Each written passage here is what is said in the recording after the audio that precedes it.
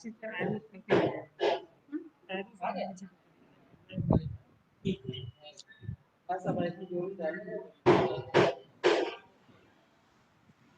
Morning to all the students. DElEd second semester के first compulsory paper वर्तमान भारतीय समाज और प्रारंभिक शिक्षा के वैदिक कालीन शिक्षा के भाग 2 के ऑनलाइन क्लास में मैं Gunjan Rautela, lecturer of education SCERT, आपका स्वागत करती हूँ। I hope you all are fine and healthy with high spirits to gain knowledge from everywhere in your life. अपनी पिछली क्लास में मैंने वैदिक कालीन शिक्षा की विशेषताओं को बताते हुए उसकी शिक्षा व्यवस्था पर चर्चा शुरू कर दी थी। I started telling you about the sanskars, that is चूड़ा कर्म संस्कार and उपनयन संस्कार। आज की क्लास में मैं वैदिक काल के 16 इंपॉर्टेंट संस्कारों को ही सबसे पहले बताऊंगी। जनरली हम लोग केवल चूड़ा कर्म संस्कार और उपनयन संस्कार को पढ़ते हैं और वो भी बहुत ही शॉर्ट में ज्यादातर पढ़ते हैं, पर आज मैं आप लोगों को वैदिक काल के 16 संस्कारों के बारे में बताऊंगी, जिसको जानना उतना ही इम्पोर्टेंट है जितना बाकी टॉपिक्स को पढ़ना। आज भी मैंने अपने लेक्चर के लिए मैं आप लोगों के लिए पीपीटी तैयार किया है और इसका ऑब्जेक्टिव मेन ये है कि आप लोगों को मेरे क्लास के साथ साथ नोट्स भी मिल जाएं और आप लोगों को अपने नोट्स बनाने में इजी हो जाए और आप लोगों के पास वो हमेशा एक रिटन फॉर्म में रहे। तो let's begin with our topic. इसको मैंने पीपीटी को मैंने वैदिक कालीन शिक्षा भाग 2 का हेडिंग दिया है, क्योंकि इससे पहले मैंने वैदिक कालीन शिक्षा का आप लोगों का एक लेक्चर मैं ले चुकी हूँ। जैसा आप लोगों को पहले की कक्षा का याद होगा, तो मैंने वैदिक कालीन शिक्षा व्यवस्था के बारे में आप लोगों को बताया था और उपनयन संस्कार और चूड़ा कर्म संस्कार का थोड़ा सा उल्लेख किया था। आज उसी को ही मैं विस्तार में आप लोगों को बताना शुरू करती हूँ, जिसमें हमारे हिंदू समाज में जो संस्कार थे और आज भी जो माने जाते हैं और जिसका प्रचलन आज भी है, बट कहीं ना कहीं हम लोग अपने ट्रेडिशंस और कल्चर्स को जो शायद उतनी अच्छी तरह से फॉलो नहीं कर रहे हैं, तो आज की जनरेशन को में बहुत ही कम लोगों को इन संस्कारों का पूरा ज्ञान होगा। तो अगर हम इन संस्कारों को अपने सब्जेक्ट्स के माध्यम से थोड़ा सा पढ़ लेंगे और उसके बारे में नॉलेज गेन कर लेंगे, तो ये केवल हमारे सब्जेक्ट को नॉलेज और ज़्यादा एनरिच नहीं करेगा, बल्कि हमें अपने जीवन से अपने वैदिक जो हमारा संस्कार है, हमारी जो कल्चर है, ट्रेडिशन है, उससे भी हमें जोड़ने में हमारी मदद करेगा। तो हिंदू समाज में जो संस्कारों का प्रचलन था वो वैदिक युग से ही रहा है, किंतु इनका विवरण वैदिक साहित्य में नहीं मिलता। इनका विवरण हमें ज्यादातर कहाँ मिलता है? स्मृतियों और सूत्रों में, जहाँ पे इस विषय में विस्तार से लिखा गया है। अब वहां पे जो धर्म शास्त्रकार हैं हमारे, उनमें भी कुछ मतभेद पाए गए हैं। उन्होंने बताया है, उन सभी लोगों ने हमें ये बताया है कि मनुष्य के जीवन में संस्कारों का होना कितना आवश्यक है। उन्होंने ये सभी लोगों ने बताया कि उसका महत्व जो है वो बहुत है संस्कारों का। उससे हमें क्या है कि एक स्टेप वाइज चीजें पता चलती हैं कि हमें किस तरह से अपने जीवन में संस्कारों को करके जो हमारे जीवन में आध्यात्म और धर्म का जो महत्व है उसको पूरा करने में ये संस्कार हमारी मदद करते हैं। हम अपने धर्म को, अपने आध्यात्म को, अपने साहित्यिक जीवन को, अपने चरित्र को किस तरह से और उज्जवल बना सकते हैं, कैसे उसको और अच्छाई की तरफ चरित्रवान अपने बच्चों को बना सकते हैं और खुद अपने जीवन में धर्म कर्म का जो हम जो जिस चीज से धर्म कर्म को हम आगे बढ़ा सकते हैं, फॉलो कर सकते हैं, वो हमें मदद कौन करता है? संस्कार। जब तक हम अपने संस्कारों को नहीं जानेंगे, हम अपने धर्म को, अपने आध्यात्म को ना समझ पाएंगे अच्छे से और ना ही उनको फॉलो कर पाएंगे। और उसके साथ साथ जो हमारा एक और महत्वपूर्ण कार्य है, उसको अपनी आगे की जनरेशन्स को देना। To extend our knowledge to our upcoming generations, वो भी हम नहीं कर पाएंगे जब तक हम खुद उन संस्कारों के बारे में अच्छी तरह से नहीं जानेंगे, नहीं समझेंगे। तो गौतम ने जो हमारे थे गौतम को, तो उन्होंने संस्कारों की संख्या 40 दी और वैखानस ने 18। ये उल्लेख मैंने एक बहुत ही रिनाउंड बुक से लिया। ऐसे ही आप लोग अलग अलग जो ऑथेंटिक क्लासिकल बुक्स हैं उनको जब आप लोग रेफर करेंगे, पढ़ेंगे, तो आप लोग इन सभी संस्कारों के बारे में पढ़ सकते हैं। लेकिन जो मेन जो संस्कार हम लोग अपने जो वैदिक काल युग में या फिर अपने हिंदू समाज में जो साहित्य में पढ़ते हैं, वो मेनली 16 माने जाते हैं।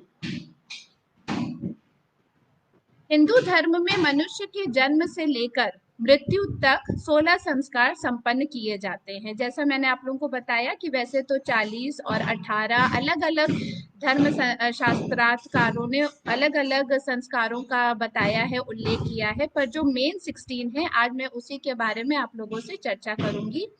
तो उसमें जो पहला संस्कार है वो है गर्भाधान अथवा निषेक।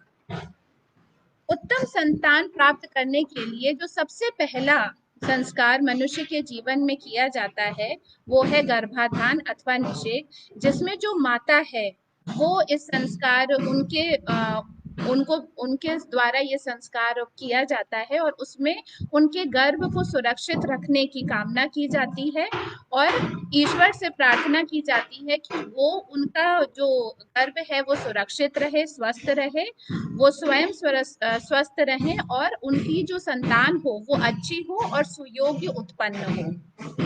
तो ये जो मनुष्य का जन्म जब गर्भ में ही होता है, जब उसका उद्भव होता है, वहीं से ही ये संस्कारों का शुभारंभ हो जाता है और जो माता पिता है, जो हमारा परिवार है, वो संस्कारों को शुरू कर देता है कि किस प्रकार जो संतान हो वो हमारी स्वस्थ हो और सुयोग्य हो। इस तरह से हमारे जीवन में सबसे पहला संस्कार का शुभारंभ हो जाता है। उसके बाद सेकंड में हम आते हैं पुंसवन। पुंसवन जो ये संस्कार है वो 3 महीने के पश्चात किया जाता है। माता के गर्भ धारण करने के 3 महीने के उपरांत गर्भ में जब बच्चा होता है तब यह संस्कार किया जाता है और इससे शिशु का मस्तिष्क जो विकसित होता है उसके लिए इस संस्कार को रखा जाता है, जिससे कि उसके संस्कारों की नींव अच्छी हो। अब इसमें मैंने लिखा है उदाहरण के तौर पर अभिमन्यु। आप में से ज्यादातर लोगों को अभिमन्यु की स्टोरी पता होगी, जिसमें ये कहा जाता है कि अभिमन्यु जो अर्जुन के पुत्र थे, उन्हें गर्भ से ही चक्रव्यूह की रचना का ज्ञान था। इसमें ये बताया जाता है कि जो अभिमन्यु की माता थी, जब अभिमन्यु उनके गर्भ में थे, तो अर्जुन उनको चक्रव्यूह की रचना की कथा सुनाते हैं, बताते हैं कि चक्रव्यूह की रचना कैसे की जाती है। और अभिमन्यु जो उनके गर्भ में थे, तो उन्होंने अपनी माता के गर्भ में ही वो चक्रव्यूह की रचना और उसमें एंट्री करने का जो भी उसमें जो सीक्रेट था वो उन्होंने उसमें उनको ज्ञान प्राप्त हो गया। परंतु आगे की कहानी जो इस प्रकार है कि उनकी माता बीच में ही अर्जुन की बातों को सुनते सुनते जो सो जाती हैं, तो उससे अभिमन्यु को ये ज्ञान नहीं हो पाता है कि वो चक्रव्यूह में घुस तो जाएंगे, उसका ज्ञान हो गया, पर निकले कैसे वो अभिमन्यु नहीं जान पाते हैं, क्योंकि उनकी माता उस समय सो जाती हैं। तो ये उदाहरण बहुत ही अच्छा उदाहरण है हमारे पुंसवन संस्कार को समझने के लिए कि किस प्रकार जो शिशु होता है, जो बच्चा होता है, वो अपनी माता के गर्भ से ही संस्कारों को जानने लगता है, समझने लगता है और क्योंकि उसका 3 महीने में के पश्चात मस्तिष्क विकसित होने लगता है, तो उसके अंदर संस्कारों की नींव रखी जाती है। इसलिए इस पुंसवन संस्कार की भी बहुत महत्ता है हमारे 16 संस्कारों में। थर्ड हम आ जाते हैं अपने संस्कार में सीमंतोन्नयन। यह संस्कार गर्भ के चौथे, छठवें और 8वें महीने में किया जाता है। इस समय गर्भ में पल रहा बच्चा सीखने के योग्य हो जाता है। उसमें अच्छे गुण, स्वभाव और कर्म का ज्ञान आए, इसके लिए माँ उसी प्रकार आचार, व्यवहार, विचार, रहन सहन और व्यवहार करती है। अब हम लोग आजकल के ज़माने में इन संस्कारों को उतना ट्रेडिशनली फॉलो नहीं करते, हर परिवार में नहीं किया जाता, फिर भी कई परिवारों में ये सारे संस्कार उसी तरह से फॉलो होते हैं। बट आजकल के भागदौड़ भरी ज़िंदगी में हम काफ़ी कुछ इन संस्कारों को उस तरह से ट्रेडिशनली फॉलो नहीं कर पाते। पर ये सभी लोग जानते हैं कि जब एक मदर जब बच्चे को जन्म देने वाली होती है तो ये बोला जाता है कि उसको वो अच्छा खाए, अच्छा सोचे और अच्छी अच्छी बातें करें। इससे क्या होता है कि बच्चे का जो भी व्यवहार विकसित होता है, जो भी उसके अंदर संस्कारों का विकास होता है, वो पॉजिटिव होता है।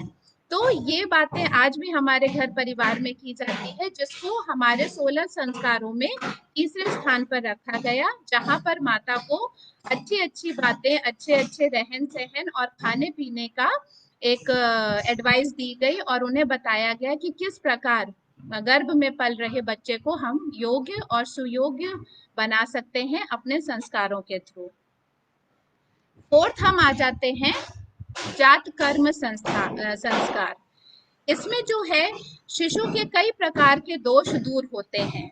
इस संस्कार से यह माना जाता है कि जो शिशु के दोष हैं, जो उसके गर्भ में होते हुए जो दोष होते हैं, या फिर तो उससे उसको स्वस्थ और दीर्घायु बनाने की कामना की जाती है। इसमें क्या किया जाता है कि शिशु को शहद और घी चटाया जाता है और साथ ही वैदिक मंत्रों का उच्चारण किया जाता है। बच्चे के जन्म लेने के बाद हमारी ये पूरी कोशिश होती है कि जो बालक है वो स्वस्थ रहे, उसकी आयु लंबी हो। तो ये सारे संस्कार गर्भ से शुरू होकर के उसके जन्म और आगे तक उसकी मृत्यु तक ये संस्कार हमें ले जाते हैं और हमें उसके अच्छे जीवन को जीने का लक्ष्य निर्धारित करते हैं। उसके बाद आ जाता है पांचवा नामकरण संस्कार। शिशु के जन्म के बाद 11वें दिन यह संस्कार किया जाता है। इसमें बालक का क्या नाम रखा जाता है। ये बहुत ही ज्यादा पॉपुलर आज भी है ये संस्कार। भले ही हम और संस्कारों को इतना नहीं फॉलो करते, पर नामकरण की जो पूजा है वो आज भी हमारे घरों में रखी जाती है। बच्चे के जन्म लेने के बाद हम लोग, खास तौर पे घर की जो बुआ होती है, वो बहुत ही ज्यादा एक्साइटेड होती है कि वो अपने भांजे का, भतीजे का नाम रखे। तो ये संस्कार, इसको नामकरण संस्कार कहा जाता है। और ज्योतिष शास्त्र के अनुसार नाम रखने से बालक की मानसिकता और उसके भविष्य पर अच्छा असर पड़ता है। ये बहुत ही इम्पोर्टेंट बात है कि जैसा नाम होता है वैसा ही कहा जाता है कि बच्चे के अंदर गुण आते हैं। इसीलिए हम कभी भी अपने बच्चों का नाम उन लोगों पे नहीं रखते, जैसे कि जो हमारे माइथोलॉजिकल स्टोरीज में, हमारे पुराने साहित्य में, या कहिए जो विलेंस होते हैं, या आज भी हम लोग जैसे मूवीज की भी बात करें तो हम ऐसे नाम रखना अपने घरों में बच्चों का नहीं पसंद करते जिनके अंदर नेगेटिव, जिससे नेगेटिविटी का उनके अंदर कुछ गुण आए। हम लोग हमेशा हीरोज का नाम, या फिर देवी देवताओं का नाम, या अपने जो हमारे ईश हैं, हमारे जो रोल मॉडल्स हैं, उनका नाम रखते हैं। क्योंकि ये कहा जाता है कि जिस तरह का नाम होता है बच्चे का, उसी तरह के उसके संस्कार होते हैं और उसी से ही उसके गुण सामने आते हैं, उसका जीवन होता है। सॉरी, एक स्लाइड आगे बढ़ गई मैं गलती से।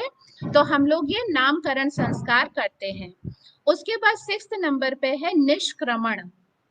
अब निष्क्रमण में क्या है, यह जन्म के चौथे माह में किया जाता है। इसका अर्थ होता है बाहर निकालना। इसमें पिता पृथ्वी। सबसे पहले नए वीडियो को देखने के लिए आप हमारे चैनल को सब्सक्राइब करें और बेल आइकन को प्रेस करें, जिससे कि जब भी मैं नया वीडियो अपलोड करूं तो आपको उसका नोटिफिकेशन मिल जाए।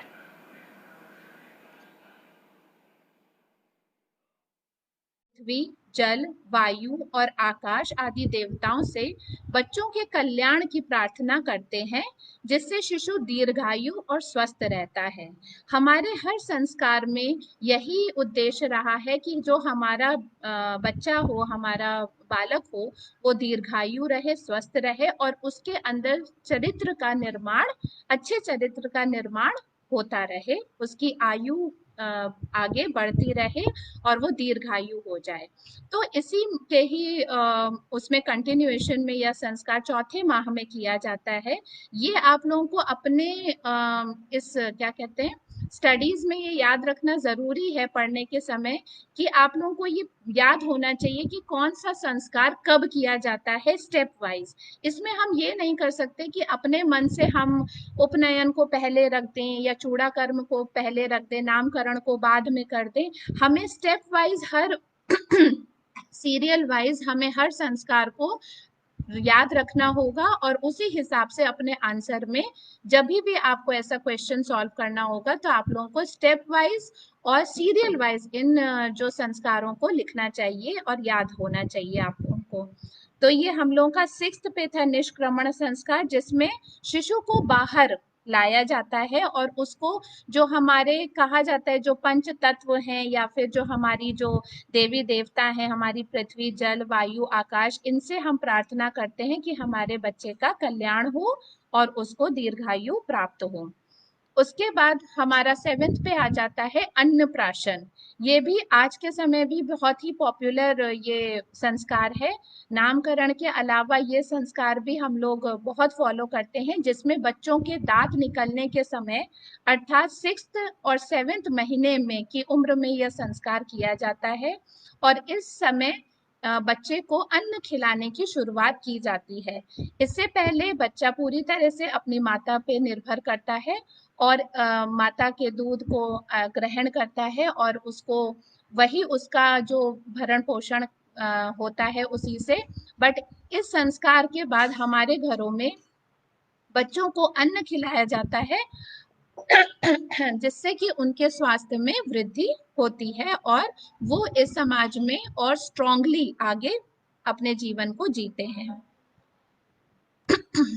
इसके बाद है 8th में चूड़ा कर्म या चूड़ाकरण संस्कार। ये मुंडन, इसको मुंडन संस्कार भी कहा जाता है और आजकल के हमारे जो बोलचाल की भाषा है उसमें ज्यादातर हम लोग यही कहते हैं कि आज हमारे घर में बच्चे का मुंडन है। उसी को ही कहा जाता था चूड़ाकर्म या चूड़ाकरण संस्कार। सिर के बाल जब प्रथम बार उतारे जाते हैं, मतलब जब पहली बार बच्चे का के सिर के बाल काटे जाते हैं, उतारे जाते हैं, उसको मुंडन संस्कार कहते हैं। और यह जो संस्कार है ये या तो 1 वर्ष की आयु में होता था, 3 वर्ष की आयु में होता है, 5 वर्ष या 7 वर्ष में किया जाता है। ये एक्चुअली इसमें ये है कि पहले वर्ष में या तो बच्चे का मुंडन संस्कार किया जाता है, अगर पहले वर्ष में ना हो पाए तो तीसरे, 5वें या 7 वर्ष की आयु में भी इस तरह से और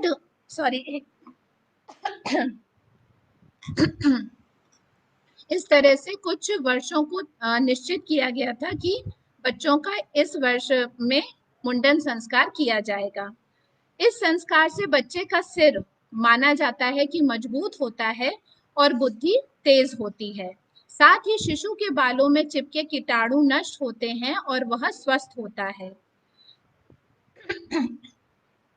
हमारे जो ट्रेडिशन में जो भी संस्कार रखे गए उन सभी संस्कारों का एक विशेष महत्व रहा है। हर एक में केवल ये नहीं है कि वो धर्म से या आध्यात्म से जोड़कर देखा जाए, साइंटिफिकली भी सारे जब संस्कारों को हम देखते हैं तो वो साइंटिफिकली कहीं ना कहीं बहुत लॉजिकल होते हैं कि क्यों ये संस्कार रखे गए हैं। हर संस्कारों का एक विशेष महत्व है, इसीलिए हर संस्कार को सीरियल वाइज फॉलो किया जाता है और इसमें साइंटिफिकली बच्चे को के स्वास्थ्य की कामना करते हुए उसको हेल्थ वाइज स्ट्रॉन्ग बनाया जाता है। इसीलिए मुंडन संस्कार का भी बहुत महत्व होता था और होता है, जिसमें बच्चों के जो बर्थ से जो उनको बाल मिले होते हैं उसको अलग किया जाता है और हटा दिया जाता है, और जिससे कि बच्चों के जो बालों में मान लीजिए कुछ कीटाणु है या उसमें जो उसको नुकसान पहुंच सकता है उसको हटा करके उसको नए जीवन की शुरुआत उसके नए जीवन की शुरुआत की जाती है। उसके बाद आ जाते हैं हम 9th में विद्या आरंभ संस्कार। विद्या आरंभ संस्कार बालक को शिक्षा के प्रारंभिक स्तर से परिचित कराना है। अब जैसे कि हम लोग अपने एजुकेशन सिस्टम में अब क्या फॉलो करते हैं, प्ले ग्रुप्स।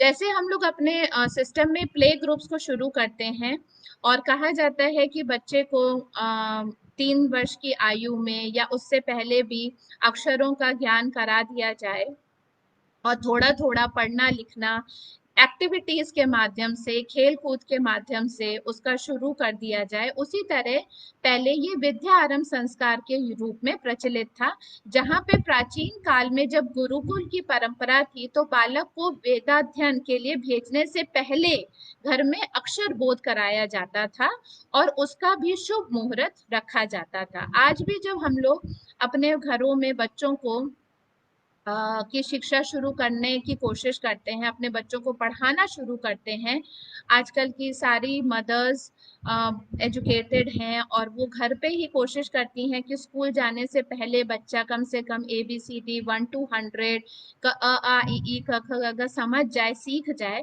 तब भी हमारे घरों में हमारे जो बड़े बुजुर्ग होते हैं वो क्या करते हैं, टीका करते हैं, बच्चे को दही चीनी खिलाते हैं या फिर अपने हिसाब से कुछ ऐसा धर्म कर्म करते हैं, पूजा पाठ करते हैं जिससे कि बच्चे ये पता चलता है कि बच्चे की शिक्षा शुरू हो गई है। तो इसके लिए भी शुभ मुहूर्त निकाला जाता है और घरों में बच्चों को की पढ़ाई शुरू कर दी जाती है।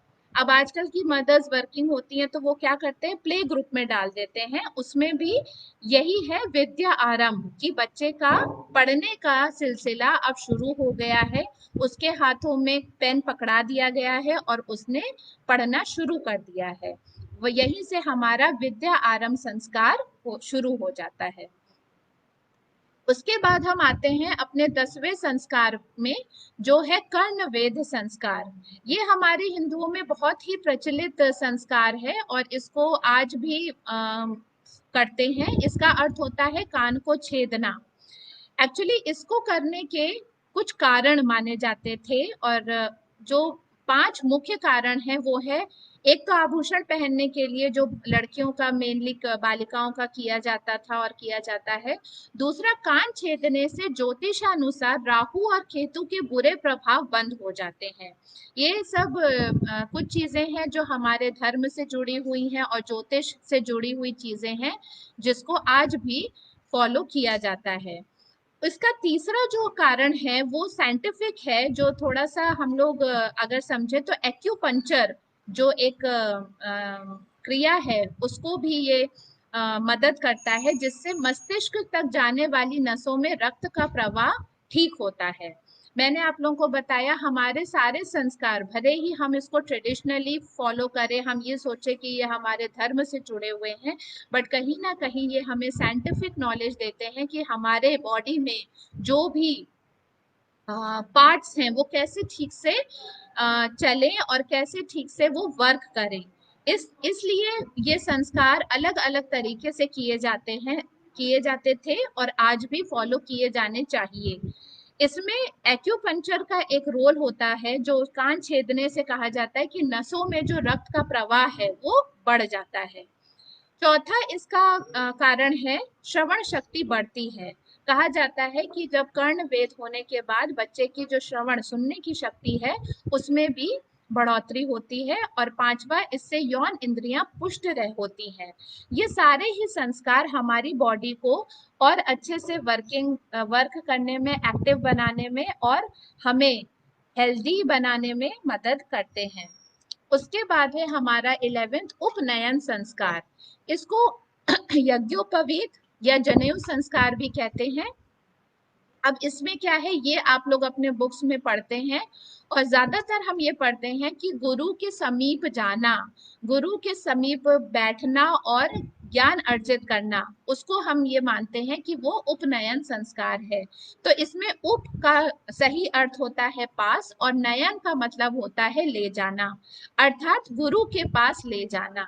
जब हम बच्चे का, अब हमारा विद्या आरंभ संस्कार हो गया, हमने बच्चे की कहीं ना कहीं घर से पढ़ाई लिखाई शुरू कर दी, तो जब हम बालक को गुरु के समीप ले जाते हैं और उसको गुरु को सौंप देते हैं कि वो अपने आगे की पढ़ाई शिक्षा दीक्षा गुरु के पास रह करके करे, तो उस संस्कार को हम उपनयन संस्कार कहते हैं। इसमें 3 सूत्र होते हैं जो 3 देवता ब्रह्मा विष्णु महेश के प्रतीक हैं।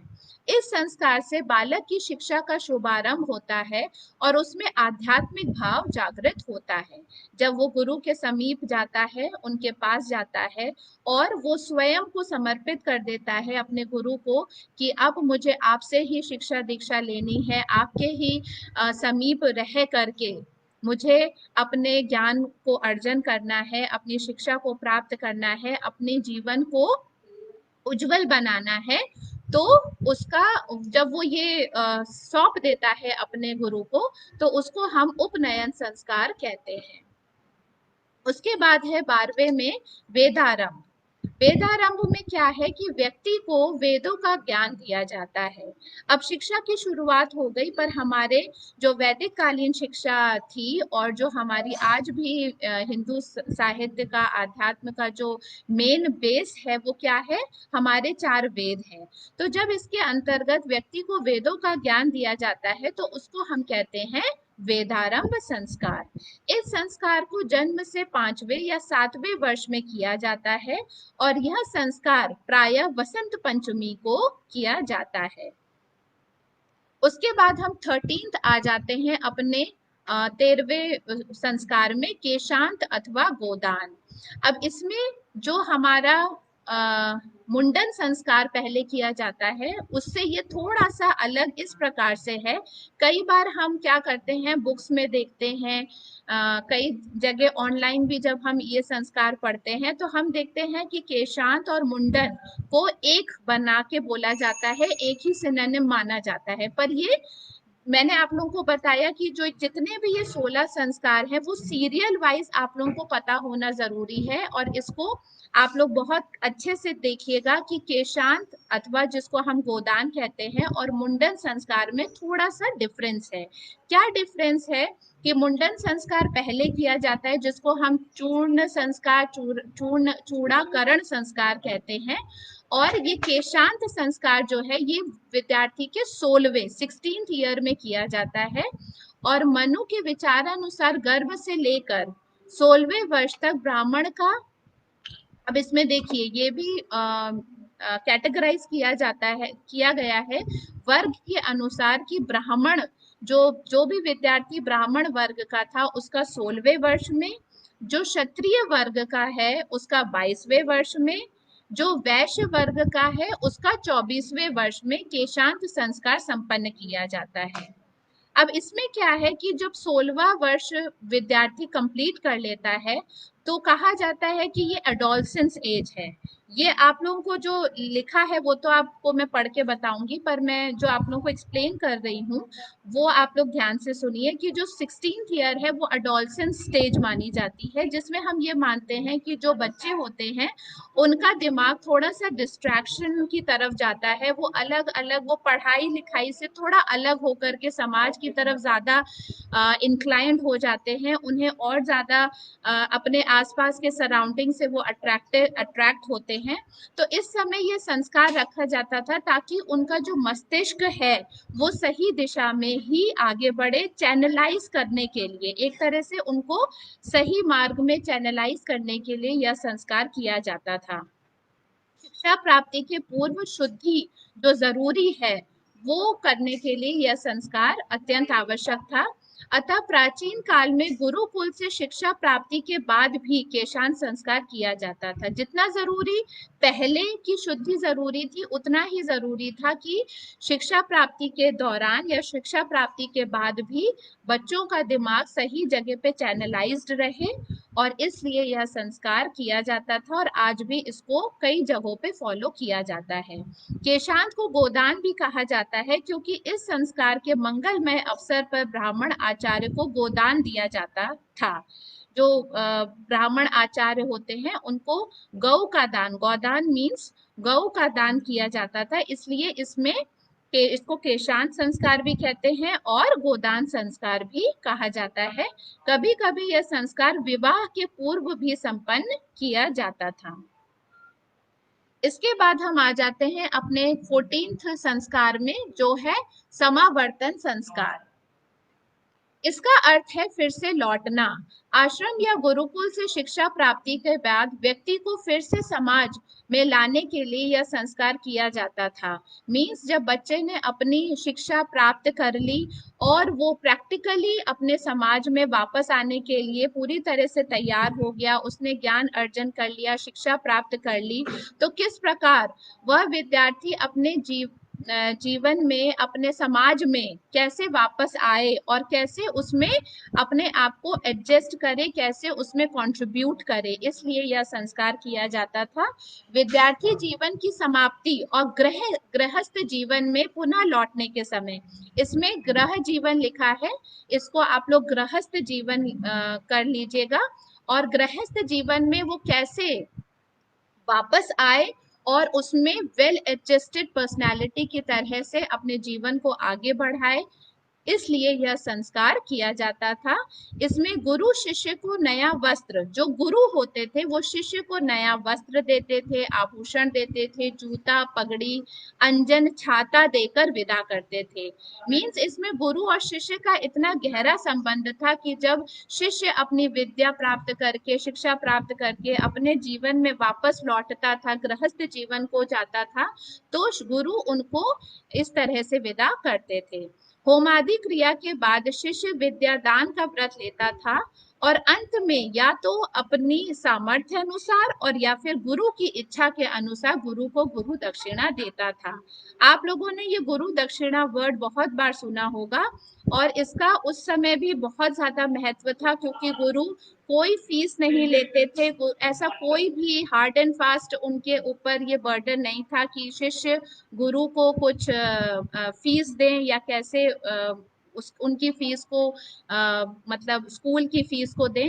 तो उस समय जब शिक्षा प्राप्त कर लेते थे तो गुरु तो अपनी तरफ से उनको शिक्षा देते थे, ज्ञान देते थे, बट जो विद्यार्थी होते थे, जो शिष्य होते थे, वो जाते जाते गुरु को उनकी इच्छा के अनुसार या फिर अपनी जो उनकी योग्यता और सामर्थ्य होती थी, उनके अंदर जितना जो भी उनके पास होता था, उसके अनुसार वो गुरु को अपनी तरफ से कुछ दक्षिणा देके जाते थे, जो जिसको हम गुरु दक्षिणा कहते हैं। और उसी से ही गुरु और शिष्य का जो संबंध है वो और ज्यादा मजबूत होता था और वो एक दूसरे के प्रति जीवन भर उस संबंध को, उस आदर सम्मान और प्रेम की भावना को हमेशा लेकर चलते थे अपने संपूर्ण जीवन में। मुझे लगता है आज हम लोग 16 संस्कार को ही अच्छे से पढ़ के खत्म करेंगे। तो मेरा ये 15th जो संस्कार है वो है विवाह संस्कार। यह संस्कार सर्वाधिक महत्वपूर्ण संस्कार माना जाता है। इसके अंतर्गत वर और वधू दोनों साथ रहकर धर्म के पालन का संकल्प लेते हुए विवाह करते हैं। इसी संस्कार से व्यक्ति पितृ ऋण से भी मुक्त होता है। एक्चुअली हम जितने भी संस्कार पढ़ते हैं उसमें मैंने आप लोगों को बताया कि साइंटिफिक रीजन तो होते हैं, उसके अलावा एक सस्टेनेबिलिटी की भी भावना आती है कि किस तरह से हम लोगों को ये बताया जाता था कि जनरेशन वाइज हम लोगों को कैसे अपने उस नॉलेज को आगे बढ़ाना है।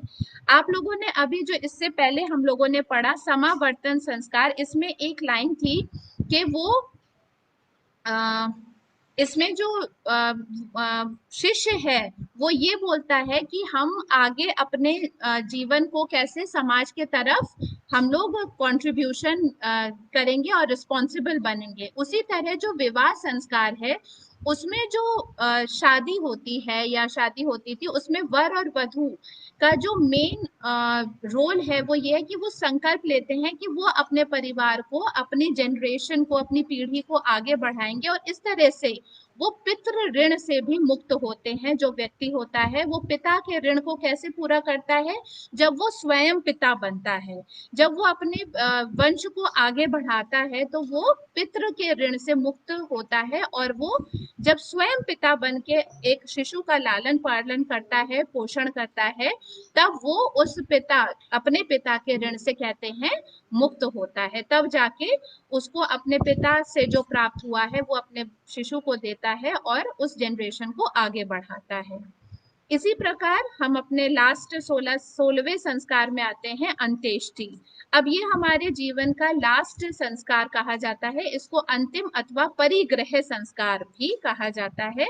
हमारे शास्त्रों में इहलोक और परलोक की परिकल्पना की गई है। जैसे मृत्यु लोक, स्वर्ग लोक, वैसे इहलोक और परलोक बोला जाता है। इसमें इस संस्कार के तहत मृत देह की विधिवत क्रिया होती है जिससे जीव की अतृप्त इच्छाएं शांत हो जाती है। जब मृत्यु के उपरांत जो हमारा अंत्येष्टि संस्कार है वो किया जाता है, जिससे कि कहा जाता है जो जीवात्मा होती है वो परलोक को सिधारती है और उसको स्वर्ग की प्राप्ति होती है। और जो भी उसकी जो इच्छाएं पूरी नहीं हुई हैं या फिर उसके मन में कुछ कामनाएं यदि रह गई हैं या उसका जो काम अधूरा रह गया है तो उसको वो पूर्ण करती है और यह संस्कार उसको एक तरह से पीस देती है और शांति प्रदान करती है। आज की मेरी यह class I think half an hour की कंप्लीट हो चुकी है and I have not completed my topic yet. और पर मैं इसको अगली क्लास में अपने कंटिन्यू करूंगी और आप लोगों को आगे भी वैदिक कालीन शिक्षा का जो शिक्षा व्यवस्था है, वहाँ की परीक्षा प्रणाली है, उसकी विशेषताएं हैं, अब मैं उसको अगले क्लास में डील करूंगी। Thank you very much. I hope आप लोगों को ये क्लास बहुत ही अच्छी लगी होगी क्योंकि इसमें हम लोगों ने स्पेसिफिकली 16 संस्कार को कवर किए। Thank you and hope to see you again very soon in my next online class. Bye bye.